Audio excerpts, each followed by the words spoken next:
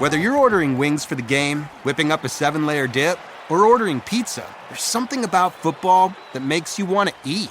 And this football season, Uber Eats has the best deals on game day food. No matter what you're craving, from 2-for-1 pizza to buy one, get one wings, Uber Eats will be dropping new deals each week, all season long. Uber Eats, official on-demand delivery partner of the NFL. Order now. Terms and conditions apply. See app for details. Your neighborhood just got cooler with Kroger Delivery's refrigerated trucks. Simply order groceries at the same great prices online as in-store, and we'll bring them to you fresh every time. And if that wasn't cool enough, you can now earn 4 times the fuel points after 4 with your digital coupon. Choose a next-day Kroger Delivery time slot for 4 p.m. or later on Tuesdays, Wednesdays, and Thursdays. Must deliver by February 4th. Restrictions apply. See Kroger.com for details.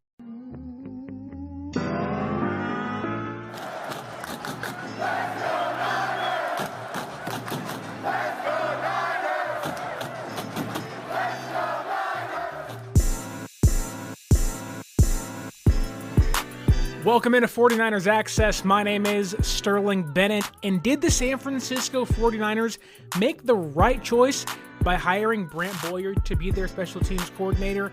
Has the team already been looking at a Jake Moody replacement? And are they connected to Joe Flacco this free agency period? You're not going to want to miss anything. Make sure to hit that like, share, and subscribe button on the audio podcasting platforms. Give us that 5-star review. And let's dive into the latest San Francisco 49ers coaching hire. And it is Brant Boyer as the team's special teams coordinator in 2025. Now, this move in itself wasn't surprising, because the minute that Robert Saleh got the job in San Francisco, came back, great reunion, whatnot, you immediately thought of, who is he going to poach away from the Jets, his former team? Well, it was pretty obvious what was going to happen, because Brant Boyer interviewed immediately after Saleh came to San Francisco for the coordinator job on special teams. And then 4 days after Saleh gets the job, Boyer gets the job. So it wasn't a shock, but a lot of people in general don't know who Brant Boyer is, what he's been doing, and what his experience may have been in the NFL. Now, San Francisco had their eyes on plenty of coordinators out there. Chris Banjo, who I believe will get the Jets job on special teams, talked to him. Talked to Chris Tabor, the former Panthers interim head coach and long time, 30 years of coaching experience at the NFL and collegiate levels on special teams. But they decided to go with Brant Boyer. And when I tell you I love this hire, I mean I love this hire. Now, obviously, we all liked the Brian Schneider hire a couple years back, and while initially it wasn't that bad, it eventually led to a pretty disastrous unit on special teams for the San Francisco 49ers. But the reason why I love this hire is because you get a very Robert Saleh-like coach, not on defense, now on special teams. And those two units, those two groups are tied hand in hand. Obviously, most defensive players are utilized on special teams. And so you do have some crossover between the two groups. But to give you more background into who Brant Boyer is and may be, he spent 13 years coaching in the NFL on special teams. He started with the Indianapolis Colts in 2012 as an assistant special teams coach, then got the job with the Jets 4 years later in 2016 as their special teams coordinator. Now, most notably, again, he coached with Saleh from 2021 to this past season, 2024. But I do think it's important to point out, when you last from 2016 to 2024, that's a long time. And for the Jets, unfortunately, that's a lot of regime changes, head coaching changes, coordinator changes. They're a mess out there in the Big Apple, and quite frankly, still are. Hoping Aaron Glenn and Steve Wilkes the best of luck out there. But Brant Boyer was someone that survived 3 different regime changes out there in New York. If that doesn't show you his ability to be a good coach, how to transition from different coordinators and coaches and players and personnel, that's really important when you're bringing somebody into a new place where he has, once again, new GMs, new coaches. And so you do see some tenacity, the ability to kind of transition and maneuver, and this kind of, I guess you can say, moldability to whoever his head coach may be. It's really important to have that. And, usually when guys come into new places, they want to fire everybody and clean house. Boyer was one of the lone coordinators to stay throughout 3 different regime changes, and that means a lot to me, at least, from the outside looking in, because it tells me that when you do stuff like that, when you are one of the lone survivors, if you will, of regime changes, it shows that you're built for this, that you're so good. This team said, look, we can fire the head coach, we can fire the DC, we can fire other assistants. You're not firing Brant Boyer. He's that good of a coordinator on special teams. Now, to kind of tell you what his experiences may be or how much success he has had with the Jets in his time as their special teams coordinator, it is really easy to overlook this because 2024 was a disaster for the Jets on a variety of levels. Obviously, you fire Saleh, Jeff Ulbrich leaves this offseason, but he was interim head coach. Aaron Rodgers is there, and that's a big disaster in itself. Woody Johnson is out there with Madden rosters, grading players, saying, well, they won't, they trade for these guys. Again, quite a mess in New York. And so you have to decide for yourself, are you willing to kind of overlook what this past year was in regards to production of the offense, defense, and special teams? I'm willing to do that because it certainly seems like the outlier. Because this year on special teams in New York, they had 5 different kickers. Now, is that because of Boyer's decision-making or the GM and Joe Douglas? And I don't know. I wasn't out there. I don't follow them very closely. But Boyer's success dates back to 2019 because his teams per DVOA never ranked below 5th. So from 2019 up to 2023, he had a team on special teams that ranked either 5th or higher per DVOA. So this guy's had a consistent top 5 special teams unit in football now. I think once he comes into San Francisco, they're going to want to revamp this group again, get the right guys in the building, similar to how we saw San Francisco do so when they signed George Odom and Oren Burks, who had a phenomenal game against the Commanders in the NFC Championship game last week. And then Ray McLeod got brought in as well. A lot of guys got brought in one fell swoop during one fell off season.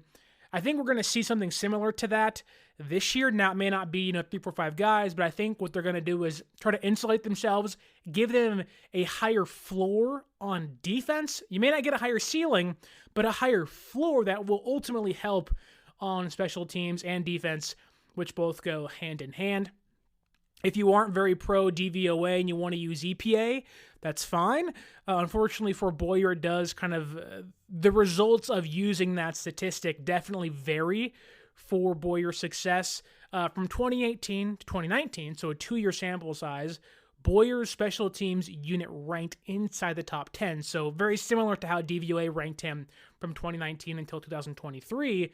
However, the past 4 years, funny enough, under Rob Saleh with the Jets, 2021 to 2024, the Jets special teams unit averaged a placement of 17th when it comes to EPA. So a very drastic shift from what DVOA was. Now, those are 2 different analytical things to use and stats to use, but they do kind of give you 2 different results that may have you leaning one way or the other when it comes to how you grade the hiring of Brant Boyer. But when you look at the entire tenure of Boyer with the Jets, forget this era to that era. When you go from 2016 to 2024, his entire time with the Jets, Boyer's unit had a negative 2.62 EPA. That's good for 14th in football. Now, is that very good? It's certainly average, which maybe for someone like myself, you look at that and you go, wow, there are a lot of rebuilding happening in New York for 3 different regimes. And San Francisco, while it isn't rebuilding, there is going to be some retooling, which to me tells me one good thing, that Boyer's units can lift up relatively, I don't want to say poor personnel, but, underwhelming personnel. His units, his coaching can lift them up higher than what they should be. You can also say 14th is average. When you're average, it's not really where you want to be. But then on the flip side again, you can say, well, average compared to 31st is a lot better, which is exactly where San Francisco was this past year with Brian Schneider. And I think, diving more into Boyer's tenure with the Jets, his special teams unit tied for second, in total touchdowns from 2016 to 2024. They had 9 total special teams touchdowns. So they're aggressive. They want to score some points. Whether it's kick returns or blocked punts or fake punts, they're doing all these things that can make average teams win other games they're not supposed to win. They are making really bad teams, maybe mediocre, and they're also putting over the top really great teams to be being elite. And I think for San Francisco, they're a good team right now. This offseason can push them more close to being great and elite. However, this special teams unit dragged them down so much this past year. And even in previous years, too, in big games, you saw massive mistakes. The Super Bowl being one of those for sure, with the Darrell Luter Jr. McLeod kind of fumble on the punt that led to Kansas City scoring a touchdown, which ultimately was a massive difference in the outcome of that game. You see that Boyer's units over time with the Jets have, I don't want to say been a massive difference maker because the Jets have been ultimately terrible during his entire time there, but they have been a difference maker. They have made an impact that have helped them in many ways and arguably kept them in games. Or take this year, for example, in San Francisco. A blocked punt suffered against the Vikings. Maybe it changes the outcome. Maybe it doesn't, but it certainly doesn't help you in that case. Against the Rams early in the year, a massive punt return by them sets up a game-winning field goal. There are 2 games off the bat where you're just like, seriously? You can go to games they won this past year. The Buccaneers game, the Seahawks game in the middle of the season. Jake Moody misses 3 field goals. Laviska Shenault returns a kick for a touchdown, making that game tighter than it really should have been. So even in games they won, San Francisco's special teams unit was so bad where you had to fire Brian Schneider. And I think getting a guy like Brant Boyer in the building, not to say is like the best hire you can certainly have. I think John Fassel, who was with the Cowboys this past year, who I think hired by the Tennessee Titans now this offseason, would have been my first choice, but Boyer's a really good number 2 option to help lift up and hopefully kind of drag this special teams group out of the cellar, which is where it was this past year. During Boyer's time with the Jets, they also have the second most blocked punts with 8 of them. So again, you see the aggressive style. They're getting in the backfield. They're getting to punters. They're scoring touchdowns. They are also tied for 5th in points scored at 63. And they also, really important here, especially knowing the new kickoff rules, held opponents, to just 21.8 yards per kickoff return. We saw this year how dangerous kickoffs can be. You're even seeing teams in the playoffs struggle to stop kick returns. You're also seeing teams like the Philadelphia Eagles benefit from their units stopping opposing kick returns. Oren Burks, again, had that massive forced fumble against Keyshawn Nixon against the Packers. You saw games against the Chiefs as well. Like, you're seeing the impact that having a mediocre or at least a good special teams unit can have on teams where, again, Philadelphia against Green Bay, maybe it wasn't the biggest factor in a win, but it certainly set the tone for that game. The very first play of the game, forced fumble by Oren Burks, sets up everything Philadelphia. They score like 3 plays later, and all of a sudden the Packers are on their heels. For San Francisco, while maybe the expectation shouldn't be that, I think it's more about how do you just limit what other teams can do. One of the biggest things we've seen over time, dating back to the playoffs last year against the Packers as well, Chiefs obviously and others, this team has a hard time just basically covering kickoffs and punts. And I think under Boyer, you should see a massive uptick in the ability to stop where guys are supposed to be, how they're supposed to be coached, which kind of brings me to his coaching style. He is a very hands-on coach. you see a lot of people, and Brian Schneider was this to a certain degree, but, he's much more hands-off than Brant Boyer was. Brant Boyer is back there fielding punts with his return men. He's back there holding snaps. He's back there getting involved in the practice, saying, look, I'm going to be, and I'm going to do what I'm asking you to do too. Like, I'm going to get involved. I'm going to help you along the way. I'm not just going to tell you what to do. I'm going to show you what to do. And you can go through any stage of coaching, whether it's Little League, Pop Warner, high school, college. Players always benefit from not just being told what to do. Sometimes you can tell somebody what to do, and they're like, okay, I got it, but they really don't get it.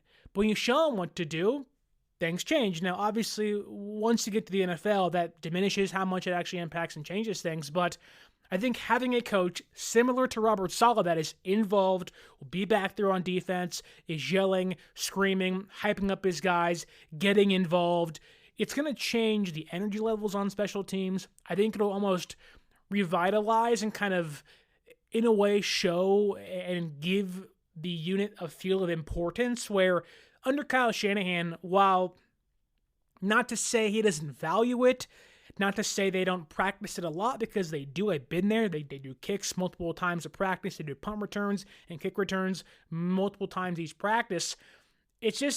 It's never felt like Kyle truly cares. He really just wants to have somebody over there that doesn't have to worry about. And I think with Boyer, like, Schneider couldn't do that. Schneider couldn't be left alone at his own devices and say, hey, lead us, right? When you do that, it gives you Jake Moody. That was Ryan Schneider's guy. He wanted Jake Moody in the building, which has been a disaster. And so I think for Boyer, yes, as Fish and Chips says here, he has an easy job. It can't get worse, so he wins whatever. You're right. To a certain degree, you are correct. You really can't get worse than 31st unless you're falling to 32nd, which at that point, what's the big difference? And so, yes, going from 31st to 26 is a victory, 26 to 14 is a victory. But I do think that, with Boyer in the building now, it impacts other places as well. So San Francisco brings in Robert Saleh and Brant Boyer. And I think what it does on a very basic level is it almost streamlines everything for San Francisco. Shanahan, who has been maybe coy or is like, I don't want to deal with special teams, let Schneider deal with it. On defense, same thing, right? So Shanahan loved having Robert Saleh and DeMeco Ryans here because they ran his wide 9, cover 3, cover 4 system that he likes on defense. But also, he could trust them. He didn't have to play, helicopter head coach to see what they were doing every single game day and during practices. Whereas under Steve Wilkes and Brian Schneider and Nick Sorensen, he had to. There's a reason why, openly, for the first time under Kyle Shanahan, you saw him criticize a DC with Steve Wilkes. There's a reason as to why Nick Sorensen got demoted so quickly after this 1 year, and there's a reason as to why you saw Brian Schneider get canned after 3 relatively bad years as on special teams.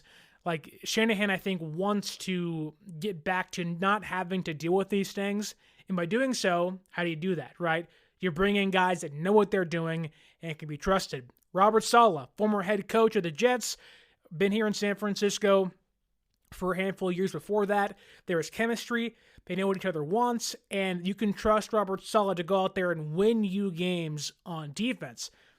Although the chemistry isn't there yet, and maybe there isn't as much familiarity because they haven't been on the same staff before, there is that with Brant Boyer because he has a long, tendered, successful coaching under his belt with the Colts and the Jets. Like, the Jets are a terrible team in themselves, but Brant Boyer was kind of the lone bright spot amongst their coaches, hence why he survived 3 different regime changes. So I think that you are going to see Kyle just getting back to coaching the offense, not having to worry about defense and special teams. And in reverse of that, you now have 2 legitimate coordinators in place alongside Kyle that don't need him to be hovering over them 24/7, questioning them and having to answer questions about them and for them during press conferences. Kyle hates the media. He doesn't like talking to the media. He doesn't like being questioned. We already know this. But I think when you have two guys that are confident in themselves, that know what they're doing, you can almost just say, look, I trust Robert and I trust Brant. They're the guys I put in this position for a reason. I don't want to deal with them. You got questions for them, they'll answer it. I think Brian Schneider was okay at that, but you can definitely tell that there were so many holes and cracks in what he was doing as a coach. You were seeing guys on punt returns and punts leaving before the ball's even kicked, and they're the ones standing in front of the punter saying, we got to block some guys, hence why against the Vikings a punt gets blocked. So I think that you are going to have this hands-on approach on coaching, this kind of, I guess you could say refocus, if you will, on special teams, and you have a hard-nosed, heavily involved coach now stepping in saying, look, I am going to be running these practices. I'm going to be in the trenches with you guys, and it's going to make a major difference for, in my mind. This episode is brought to you by Love Hurts. Kiwi Kwan has had quite a career, from childhood roles in Indiana Jones and the Temple of Doom and The Goonies to a recent Academy Award win for Everything Everywhere All at Once. But now Ki finally stars as a leading man in the film Love Hurts. Love Hurts is the perfect date night movie with its mix of over-the-top action, comedy, and a ton of heart. Love Hurts. Only at theaters February 7th. A player like Jacob Cowing, young rookies that are trying to stay on the team or make the team on special teams. Jacob Cowing has so much promise as a return man, and I think when you see how much speed he has, the agility he has, the ability to evade defenders, a lot of that really wasn't seen last year because he was not used as a receiver, and they want to make him a punt returner because he's so dangerous with the ball in his hands. Brant Boyer was a major factor into getting Braxton Berrios either to the Pro Bowl or the special teams. And I already read you, he had 9 touchdowns during his tenure with the Jets as their special teams coordinator. So there's so much success under Brant Boyer. Now time will tell what comes of that. But I do like the fact that he is kind of this hands-on, loudmouth, wants to get his hands dirty kind of coach. That does change where things were. We had Nick Sorensen really quiet, reserved. Brian Schneider was quiet and reserved.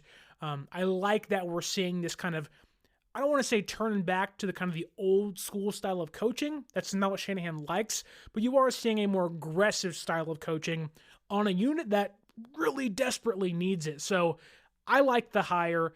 I do think there is, there was some impact from Robert Saleh, obviously, having known Brant Boyer, and I think we should see that during training camp and OTAs once the media gets out there and sees him for the first time in person.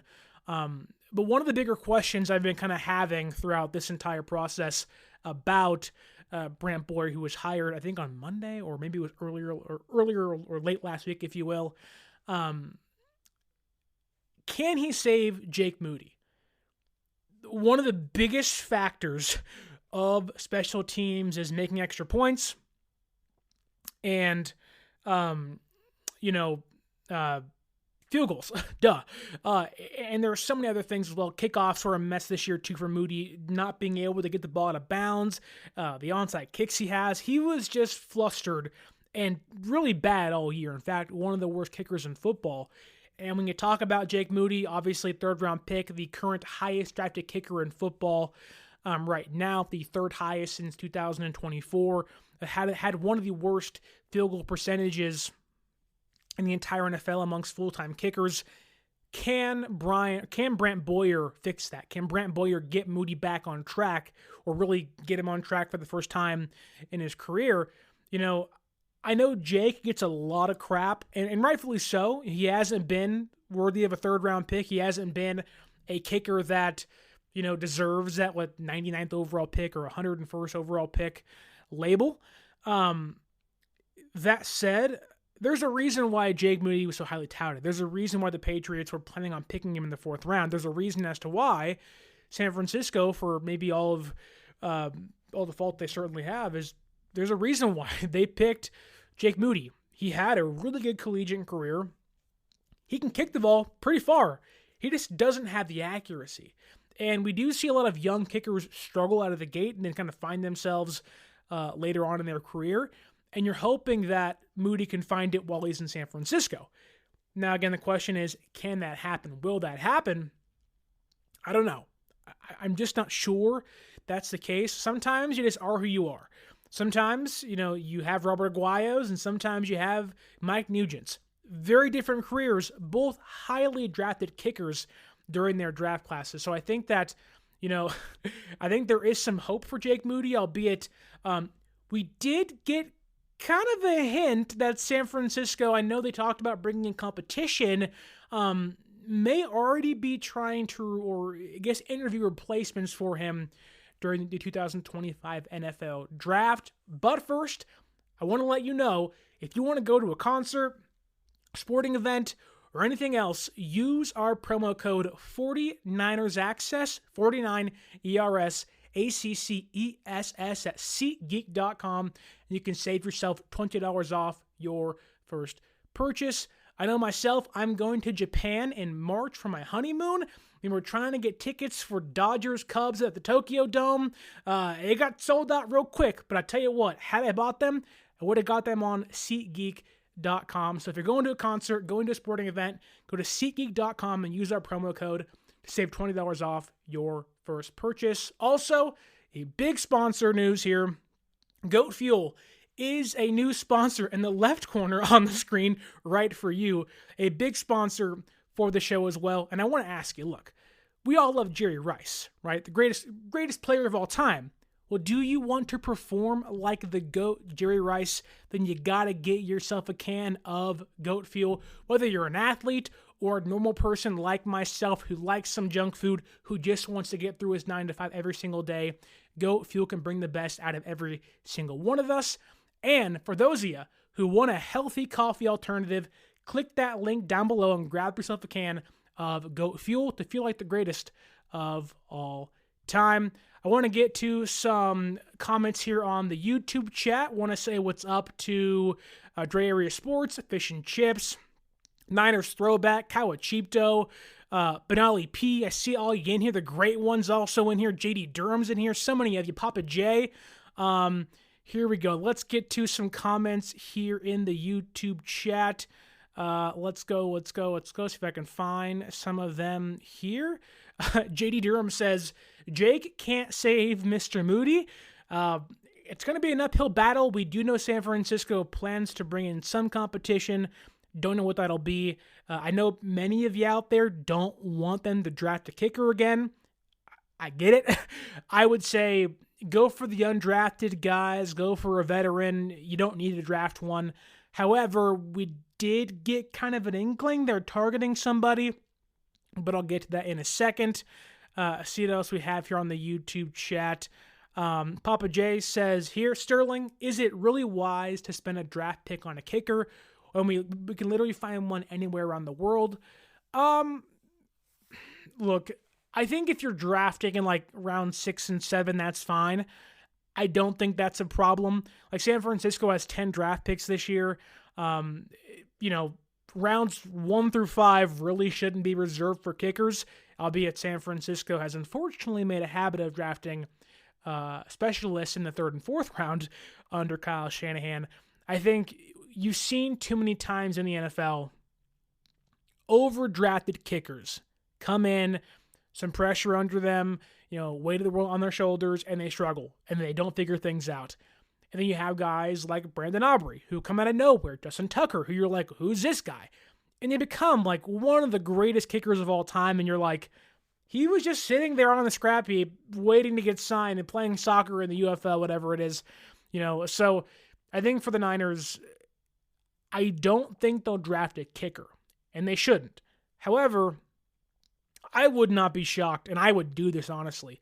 Bring in 3 dudes. Like, you really got to figure this out next year, because you cannot have Jake Moody kicking in massive games for you. Say the Niners bounce back next year and are in the playoffs, and Jake Moody is out there, and he just is the same guy he has been the last couple seasons, where you can't trust him, and it's a 43-yard field goal, and you're like, Jake has the leg, he has the distance, but it's wide left, and you're like, this has happened 4 or 5 other times this year in pivotal moments. It can't happen. I think there's a good kicker still in Jake Moody. However, I don't think San Francisco has the time to wait for that kicker to come out and make himself known. You got to win now. And if your kicker is one of the reasons you're actively losing, like, look at the Chiefs and all of their wins, or many of their wins. It's on special teams. It's on last-second scoring drives. Mahomes is literally perfect having to score in the playoffs or lose. Like 11 for 11, I think. You want to know why? Because he has somebody like Harrison Butker for the Patriots when they had Tom Brady. Vinatieri was saving a lot of those games for them during a dynasty run in the early 2000s. It pays to have good kickers, and I get San Francisco took a big swing. However, you don't need to draft or overdraft any of these guys to find the right one when it's all said and done. Fish and Chips says here, Moody has an inconsistent plant leg, not good for the NFL. Jake Moody is like the Trey Lance of kickers, right? Oh, the mechanics are off. The mechanics are a little weird now. It isn't the hitch and his throwing motion. However, in any sport, basketball, it's your shooting motion. In baseball, it's your swing. It's your pitching mechanics. If you don't have the consistency in your motions and in your shooting formations and what you're doing, it's just not going to work out for you. You're going to have this wild inconsistency in your play, and you're seeing it with Jake Moody. You really are seeing it with Jake Moody. And yes, he was hurt last year. He hurt his ankle. I think he hurt it against the Cardinals, like just snapped it on a kick return, which, whatever. It happens, hence why Jake will be back next year. But still, you just can't afford to have him out there running around, missing kicks left and right. Fish and Chips adds here, Japan should be good. Been there. I loved it. I'd never been there before. I'm super excited to go. Me and my wife did not do our honeymoon after we got married last year in May. Postponed it. We're taking it during her spring break. Hopefully we can see some cherry blossoms and experience Japan for the first time. She loves the culture, loves the food, and I can't wait to go either. We're going to Disneyland out there, and I think Disneyland Sea out there too. So we're going to do all the touristy stuff, ride the bullet trains or whatever, but we're really excited for it, so I'm hoping we love it out there. A lot of our friends have gone, so heard many great things about Japan in recent year. Is goat fuel made of real goats? I cannot confirm or deny that, though. I will say that. Keys says here, what up, Sterling? I like the coaching hires if the Niners invest and rebuild the defense and draft a good offensive lineman. We're good again. I think San Francisco, in an odd way, is kind of blessed by having a down year this season. This draft class is loaded with great edge rushers, interior defensive linemen, really good cornerbacks, a lot of depth at running back if they want to draft one of those. There is some really good guards, however, the depth really isn't there. But there are so many offensive tackles that you can slide in. I know many of them, Membao from Missouri, Will Campbell are two big ones everyone's talking about. Well, you may want to have those guys be tackles. Both those guys can slide in to play the interior, and it only lifts up this guard class even higher. So a lot to like this year. I think San Francisco thus far has made all the right moves. Like, they have made almost all the moves you want them to make, they've made. Brought back Saleh. We love Saleh in the Bay Area, albeit it wasn't my first choice. It's still a great move to make. Bring him back. You get in Brant Boyer. And it sets yourself up with $50 million in cap space in free agency. You're going to pay Brock Purdy. You have 10 draft picks. This is almost the perfect year, number 11 overall pick, like almost the perfect year to have a down season. Because what you need, this draft has plenty of it. You have plenty of cap space to spend. You don't have too many guys that need to get paid big money. Only one of them. Greenlaw shouldn't get too much, and you feel comfortable letting guys like Aaron Banks, Hargrave, and even Hufanga leave in free agency. So you're really not tied to too many players, and you could see a revitalization of youth on this roster. But it starts with making the right hires, and San Francisco has done so this year. Let's see what else we got in the YouTube chat. Let's see. Penali P says here, having a reliable kicker also helps the offense in game-winning drive situations. There's reassurance in knowing you only need to get in field goal range versus having to get 6. Now the offense is forcing plays. I agree.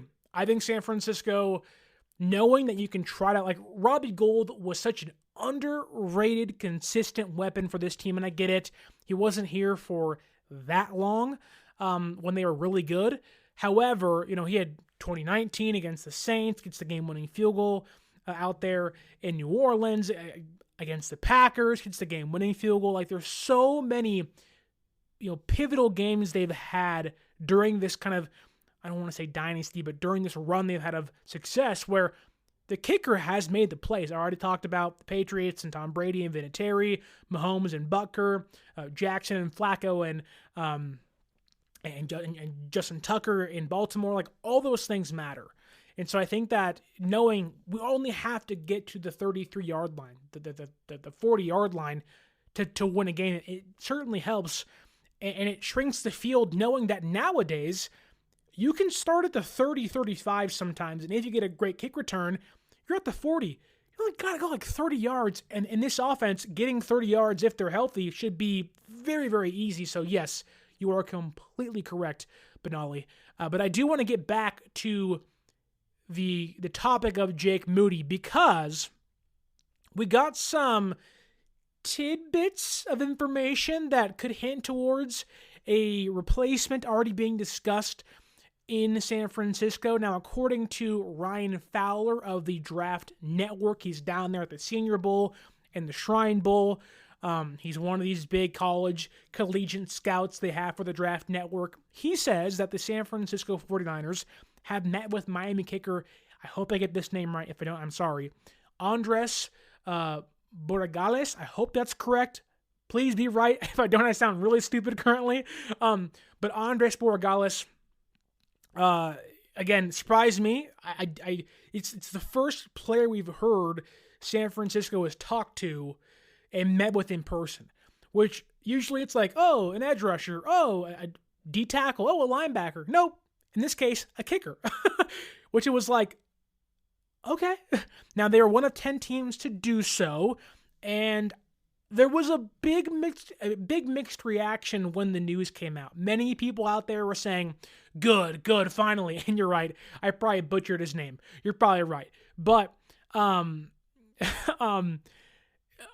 big kind of mixed reaction of, yes, get Jake Moody out of here, finally. Like, oh my God, he's terrible, he stinks, to, oh my God, they're going to draft a kicker at number 11 in the first round. They're screwed. What are we doing? Kickers? Seriously? And I think you could find the middle ground of, like, you can talk to a player, not draft them per se. So I think that, what he's done at Miami, what Borregales has done at Miami, again, I hope his name is correct. I'm sure it's not, but I hope it is. In his 4 years at Miami, on extra points, 99.5% extra point percentage. That's pretty good. On field goals, a little left to be desired. 86% field goal percentage. Now, I'm not sure what the distances are amongst those, but there's a reason as to why. Like, I didn't look at this as like, oh, they're targeting this guy specifically. I looked at it from a perspective of it's a kicker. That tells me everything I need to know about San Francisco's plan this year on special teams. You hire Brant Boyer, you bring in a new coordinator, but then on the same thing, you're looking at kickers already. Like you hire Brant Boyer on Monday and you're talking to kickers on Tuesday. Like, I don't think they'll draft a kid now. Didn't think they'd take Jake Moody a couple years ago, but I do think it tells you where the priorities lie for this team when it comes to finding improvements elsewhere. Yes, look at edge rushers. Yes, look at running backs and receivers and D tackles and linebackers and safeties and cornerbacks. But I do think it's important. They're already kind of looking at, hey, look, we got to find at least some competition for Jake. We have talked so much about insulating running back rooms and quarterback rooms. Unfortunately for San Francisco, they're kind of have to insulate the kicker room, which is unfortunate, but it's where they're at with how bad Jake Moody has been. Now, maybe he bounces back, who knows, but I think just knowing the fact they have already been talking to kickers at the Shrine Bowl and Senior Bowl, like that to me indicates they are going to bring somebody else in. Could be this kid, Borregales, if that's his name. It could be somebody else too, but it's a good indicator that they are going to want to improve this kicker room this year. They have to. They just have to. Now, that brings us to, I don't want to say the biggest news of the day, because I don't think it is that. However, it's probably the most notable, I guess you can say cover-worthy news, if you will. It's on the thumbnail for a reason. That is the rumors of Joe Flacco and the San Francisco 49ers being connected. Now, during this time of pre-free agency, a lot of opinions are out there. PFF puts out, this team and this team makes sense for this XYZ free agent. Like today, for example, PFF said that the Niners made sense for Carlton Davis III and DJ Reed, both cornerbacks for the Lions and Jets. Now, both are good players.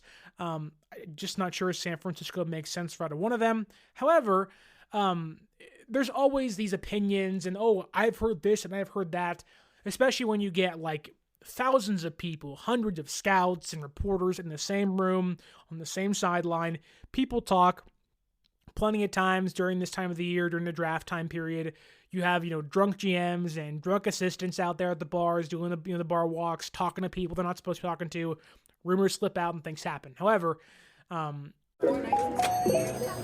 Hey, Atlanta. Say hello to Small Business Help from Apple. That's right. We're here to make starting and running your business simpler. From helping you choose the right devices to setting them up hassle-free, we can help you build your business in no time. Speak to a business expert and get the help you need at no cost whatsoever. At Apple, we're open for your small business. Go to apple.com/small business or visit an Apple store to learn more. Tony Pauline for Sports Spyder, one of the more inconsistent reporters, if you will, on the market. I like Tony. I think sometimes he hits, sometimes he misses. Unfortunately, usually he misses. However, he also was one of the reporters that said San Francisco was eyeing Isaac Guerendo kind of before everybody else was. You can put together, wide zone running back, big body guy, has some speed, makes sense in Shanahan's system. But he was the first one that was like, they want him, they love him, they're going to take him. Now, this past week at the Shrine Bowl, he said that the San Francisco 49ers were one of three teams that are interested or going to be looking at Joe Flacco as a quarterback on the backup market this season. Now, when I heard that, I said, okay, I like Joe Flacco. I know for San Francisco 49er fans who are old enough to remember, Flacco has been kind of a thorn in our side in the Super Bowl. But, I'm not against it. I like Joe Flacco. I think Flacco makes some sense. As as Fish and Chips says here, he's super against it. He says, Flacco, no more talk, no. Whereas Benali P says, Niners to exercise their Flacco demons. So there is a mixed kind of response to Joe Flacco and the Niners being in the same, I guess you can say, conversation or kind of being linked together this offseason. Now, there are some drawbacks to Joe Flacco. He is going to be 40 years old this year, but he has said he wants to play, so that's good. He's going into his 18th year in the NFL. Now, I'm only 28 years old, so I remember watching Joe Flacco when he was at Delaware, right? And they were doing the ESPN college skills challenge where, back in the day they used to go, which quarterback can throw the furthest? And I had no idea who Joe Flacco was. And he was flinging that sucker 80 yards in the air. I was like, man, this is a, down bad looking Jamarcus Russell. And this guy has an arm on him. oh my goodness. And so, like, immediately caught my eye. I didn't think he'd be much. I was like 11 years old when it happened. However, fast forward a couple of years, he's playing San Francisco in the Super Bowl when he beats us. That said, when you're 40 years old and you're playing in the NFL, you have to ask, how much exactly. Flacco was in college when I was 6. He's been playing forever. He's an old man. He's like the Aaron Rodgers era of quarterback currently, which, funny enough, when Brady kind of like did not go on this, when Brady had that kind of decade-long stint of not winning a Super Bowl, that's when your Big Bens and your Joe Flaccos and your Matt Schaubs took the lead in the AFC, and obviously Peyton Manning was involved in that stretch as well. But, Flacco in previous years, his career kind of died. Like, he was with the Jets, and like nothing was really happening with him once he left the Ravens. However, he had an incredible season in 2023 with the Browns when Watson got hurt, and I think it was like Jeff Driscoll got hurt. He comes in, saves their season. Him and Amari Cooper go, ape. You know what? They go berserk on the entire AFC.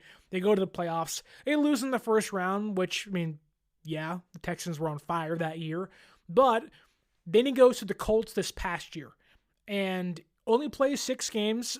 The Colts themselves were really indecisive as to what to do with Anthony Richardson.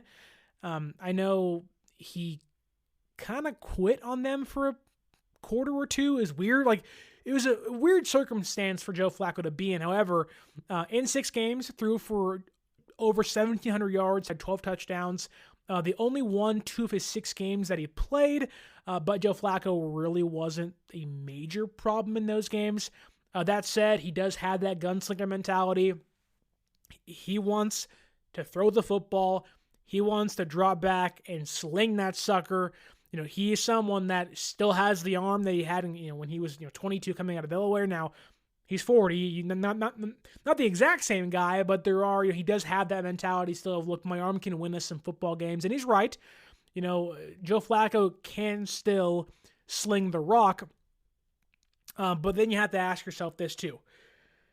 You can have Joe Flacco, who's 40 years old, who is in the twilight of his career, who is kind of just a stick in the mud, can't move very well, but he can facilitate the offense. He can also push the ball downfield a little bit, still at the age of 40. Or you can have Brandon Allen again.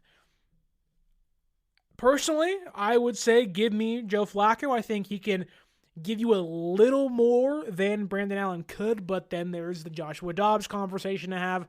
I like Joshua Dobbs. I don't know why he didn't start against the Packers. I don't know why there was this reluctancy to start him when Purdy got hurt. I don't know why he didn't win the job out of camp. Now, we talked about during that time, Allen gives you the middle of the game. Oh, Purdy gets hurt. He can step in and just kind of keep you afloat. Whereas Dobbs gives you a more roller coaster ride, really good highs and really low lows, which was seen against the Cardinals in Week 18. A couple touchdowns, but also a couple turnovers. Now, whatever. but I'd rather have Flacco than Brandon Allen, and I have a feeling that Joshua Dobbs isn't going to want to return to San Francisco. I could very well see the Colts signing Joshua Dobbs. I can very well see the Steelers re-signing him back, to their quarterback 2 role when they decide between Fields or Russell Wilson. So I don't think that Joshua Dobbs comes back, hence why Flacco becomes a leading candidate for the job if Tony Paulling's report is to be true. Now, to give some of you out there that are saying, no, don't bring in Joe Flacco. No, he's 40. No, he can't move. No. I will say this, that according to Pro Football Focus, Joe Flacco in 2024 had the 23rd highest passer grade. Now, I get it. PFF, it's not perfect, right? PFF is not perfect. Some metrics are good. They're a baseline. They can kind of steer you in the right direction, but it really isn't what you should always follow when it comes to grading a player or kind of determining how you feel about that player. But I think in this case, it does give you an example as to how much Flacco can offer this team. So again, last year, in just 6 games, amongst the entire NFL, he was the 23rd highest passer when it comes to his grade. Okay, well, there's 32 starting quarterbacks in football. Purdy's obviously your quarterback 1, but if Joe Flacco is a 23rd, even if he is the 30th ranked passer in football, that's better than Joshua Dobbs and Brandon Allen from a strictly passer-related conversation. Now, you bring in mobility, which J.D. Durham says here. Flacco, no O-line, no thanks. And I totally get that, right? San Francisco, whether it is Brock Purdy or Joe Flacco or Joshua Dobbs, should be improving the offensive line no matter what. In fact, you have to. Banks is probably gone. Brendel was absolutely dog crap last year. You like Dominic Pooney a lot. McKivitz is fine. You gotta find more pieces, though. Whether it's a Kelvin Banks or a Will Campbell or an Armand Membau or other guys, a Wyatt Millum. There's so many other guys in the draft and free agency.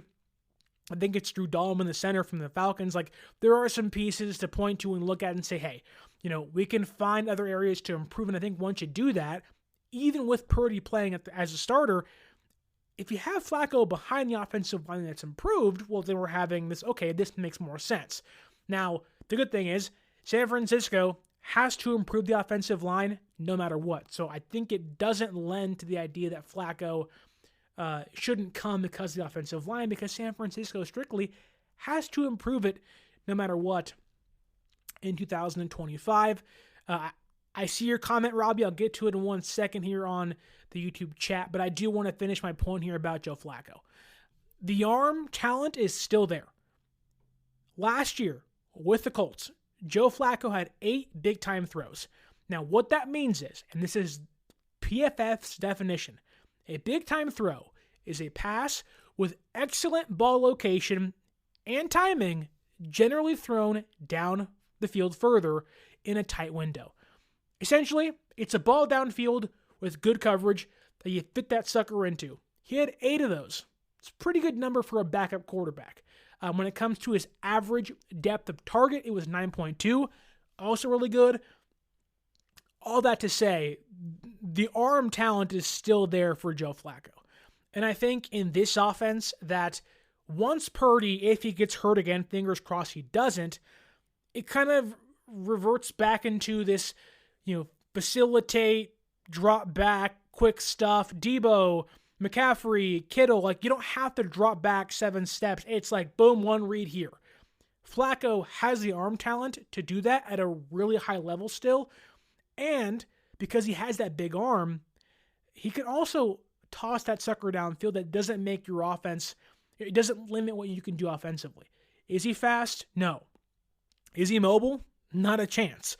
But the arm talent is good enough that I think he would elevate this team more than Brandon Allen could, or to a certain degree, Joshua Dobbs did last year in his 1 start against the Cardinals. Now, then you kind of start to compare mobility and contract stuff together, but I do think it is worth mentioning this as well, that San Francisco, back in 2021, brought Joe Flacco in for a visit. They didn't sign him, but that was pre-drafting Trey Lance. It was when Jimmy Garoppolo was there, which kind of makes me think that the idea was to then trade Jimmy, get Trey, whoever they're going to draft, and have Flacco be the quarterback too. I think it is worth noting that this isn't the first time they've at least been linked to him. In previous years, there was more serious talks between the two, but I think it is worth noting they have been linked to him in previous seasons as a backup quarterback option. But, Robbie, I see your comment here. He asks, Sterling, when do you think a Brock Purdy extension gets done? It's a good question because Purdy has indicated that he wants that thing done quickly. San Francisco often lets these things linger. I have a feeling that they're not going to handle this much differently than other things. I think that San Francisco has their methods. Brock knows he's getting paid. I think that it's going to happen post-draft. I think you could see it sometime in May or June, kind of like that pre-OTA period, the involuntary workouts, or you can see it kind of during the break in between OTAs and minicamp. I don't think it happens in March. I don't think it happens during the draft. I think you hear about it, and I hope I'm wrong here. I want that thing done quickly. But I think we hear about it closer to, May, June, July maybe, closer to the summer dates of everybody kind of rejoining, coming back together for the 2025 next season. Lori Matthews says here, I wouldn't mind Flacco as a vet in the room and keep Tanner Mordecai. Mordecai is one of the more intriguing options. Now, Mordecai, 5-year college player, over 10,000 passing yards in college. We saw him in the preseason. Mobility is there. He looked fine. You have to wonder, would you feel comfortable with Tanner Mordecai being this team's sole backup quarterback next year? I wouldn't. I think that in a team that, where it's really important, every game matters in the NFL. You can be 8-9 or 9-8 and still make it in. I think this year showed you that, had they had a better backup quarterback, maybe it mattered, maybe it didn't, but we've seen in previous years, this team has been able to save their seasons with backup quarterbacks. I don't think Tanner Mordecai is that kind of player. Now, maybe I'm wrong. I hope I am. But I'd rather have Flacco over Mordecai in that room. And sure, have both, that's fine. But a lot of people were saying just Tanner Mordecai, and I don't think that's what I would want to do. In fact, I would be really scared if that was the case. Unless Mordecai takes this crazy leap, which if he does, awesome. But still, not what I'd want. Fish and Chips says here, Flacco will get the nickname Sacco behind the offensive line. Is the Sacco the trophy they give the loser in the league? I tell you what, you never want to be a Sacco. Ever. Ever want to be a Sacco. Never. Let's see what we have here on the YouTube chat as well. Benali P says, Joe Flacco in Hail Mary situations, the way the Commanders use Mariota exclusively for quarterback sneaks. Hey, Purdy doesn't have the greatest arm. You can get a little bit more, I guess you can try tricky with the quarterback room if you have Flacco back there tossing that sucker 70 yards downfield still at 40 yards. Imagine this. Joe Flacco's one pass attempt all year is like a Week 18 Hail Mary in the back of the end zone. Brandon Ayuk comes back, catches the ball. His one pass is like a 65-yard Hail Mary that then pushes San Francisco into the playoffs. Obviously, that's never going to happen, but that would be insane to happen.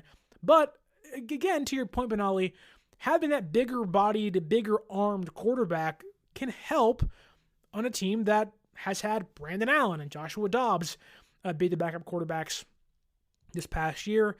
Benali P says, didn't they extend Jimmy in February?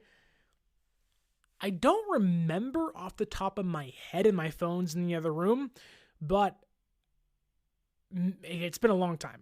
It's been a long time. Maybe they did, and I've forgotten, but I'm not sure. However, I just think that they know that Brock is like a done deal in a way. Like, they know it's going to happen. They know that he's not going anywhere, whereas Jimmy was a free agent. Like, the reason why Jimmy's got done in February, if that's the case, which just makes sense now, was because the new league year started in March.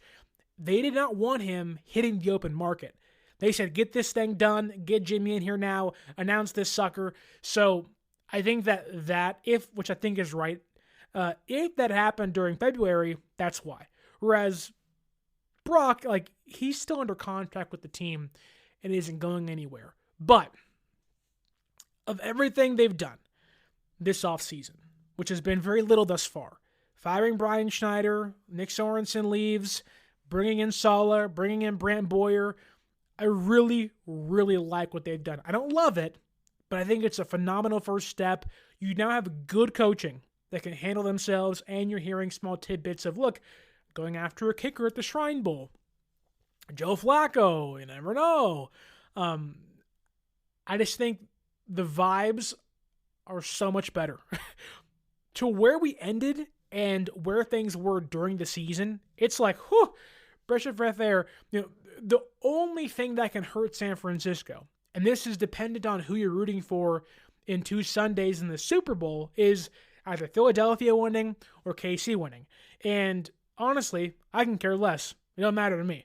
But like they have you can honestly say maybe outside of Ben Johnson, because usually offensive coaches can change cultures and the outcomes of games more than defenses can. I think San Francisco has won the coaching carousel. Like the Saints have lost, the Jaguars I think have lost. The Jets, we'll see what they're in Glenn. They brought in Steve Wilkes. We'll see what happens with them. They don't have an OC yet, I believe. The Niners have brought in 2 of the bigger names out there. Raiders got Pete Carroll. Certainly a win for them. But I think that Saleh and Boyer are kind of this really good 2-headed piece to bring in here and revamp this team. And hopefully just get back to playing Niners defense. And hopefully having an improved special teams to a point where you're like, hey, we won this game because of special teams. It is one of the most overlooked things in all sports when it comes to football, and it is needs to be a focus point, a focal point of kind of helping San Francisco turn things around in 2025. Fish and Chips asks here, is Kyle looking for Saleh to save his job? Usually someone saves it for him every so often. I mean, you could argue that Brock saved their jobs because Trey Lance was a bust. That's kind of the only time I can think of. I mean, honestly, you can argue the Jaguars' incompetence, and then I guess you can say then them coming to their own kind of realizing Trent Baalke's terrible also saved them from not missing out on Robert Saleh. So I don't think it's that. I don't think Kyle brought in Saleh to save his job. I think it's more so of like, we have a window now. Sorensen was bad. You're really good. You want to come back for a year or two? I think that's basically what it is. And to say that Debo saved his job in 2021, I'm assuming, sure, like Debo was great that year. I wouldn't say that's so much Debo saving his job. I think that's more about, they were coming off of a terrible 2020 year, had a lot of injuries that year, I believe. They kind of clawed their way back. Jimmy was hurt often, and there was disputes behind the scenes to get Trey Lance. There was so much going on. I don't think Debo saved Kyle's job. I think that Debo was great, and a lot of that has to do with Kyle utilizing him a lot. So it kind of goes hand in hand. But yes, Debo was great in 2021. I don't think he saved Kyle's job, though. I don't think even if they were bad in 2021, I don't think that Kyle would have lost his job, because then they would have been good in 2022 as well. So I won't say that. Like, Kyle was not on the verge of getting fired after 2020. It just wasn't the case. But.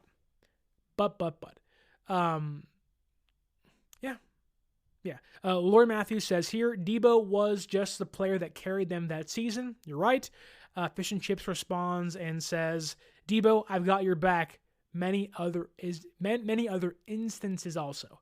I just think, like, I'm not going to, knock Kyle for his players playing well in his system, in his offense. Now, yes, so Kyle has his faults for sure, but I think a lot of it is they get along well. Debo knows that it really wouldn't have been Debo Samuel outside of Kyle's. Like, Debo was kind of the first Debo. There was Cordell Patterson, who was utilized in a running back way and was kind of a kick returner with the Vikings and the Bears and whatnot. But Debo was like the first Debo. I guess Percy Harvin as well. But like in this era of football, like it was Debo Samuel, whereas everybody else is wanting the next Debo. Treylon Burks, Malachi Corley, Laviska Shenault. Everyone was looking for the next Debo for a while. But, yes, we all want 2021 Debo back. Kyle drafted Debo, developed Debo, played Debo. Kyle gets credit for Debo. Kyle had to see what Debo can do in 2019. That draft class was so good. Bosa, Debo, Greenlaw. Man. And yes, have a glass of wine. Do a little drinking. You're going to be okay. The season's over with now. You can look back and say, man, what a terrible year, but we are turning the chapter, turning the page to 2025, and I cannot wait for it to happen. One final comment by Rob here on the YouTube chat. Going back to Brock Purdy, it would be smart to extend him before free agency to see exactly what the cap situation to plug some more holes. I would agree. However, I think San Francisco has already budgeted for Brock Purdy's contract. I agree with you, though. You want to get it done fast. Get that done and see what you have left. Don't kind of limit yourself as to what you can do and then go, okay, thank God we have enough, or oh my God, we have to, pivot and extend Kittle and Warner and Debo to make room for Purdy. You want to get Purdy done first, then pivot, not vice versa. So I'd agree with you. But I just think San Francisco does things their own way, and I don't think even a franchise quarterback changes that. I really don't. But we also saw them pay Lenore during the year, so maybe it's changing. I hope it's changing, but I'm just not sure it is. But I want to say thank you to all of you in the YouTube chat. Benali P, Lori Matthews, Fish and Chips, he's getting the IPA, Robbie439, Papa J, Dre Area Sports, so many more of you up in here as well. If I can get all your keys, JD Durham, again, so many more great ones, 765. You guys are awesome. Thank you so much for commenting and listening. If you can on the way out, hit that like button. Don't forget to subscribe. And if you also can, follow us on social media at 49ers_access is the X or Twitter. 49ers.access is the Instagram. Use our promo code 49ersaccess, 49ERSACCESS at SeatGeek.com and save yourself $20 off your first purchase. Also, don't forget to buy some goat fuel with the link down below.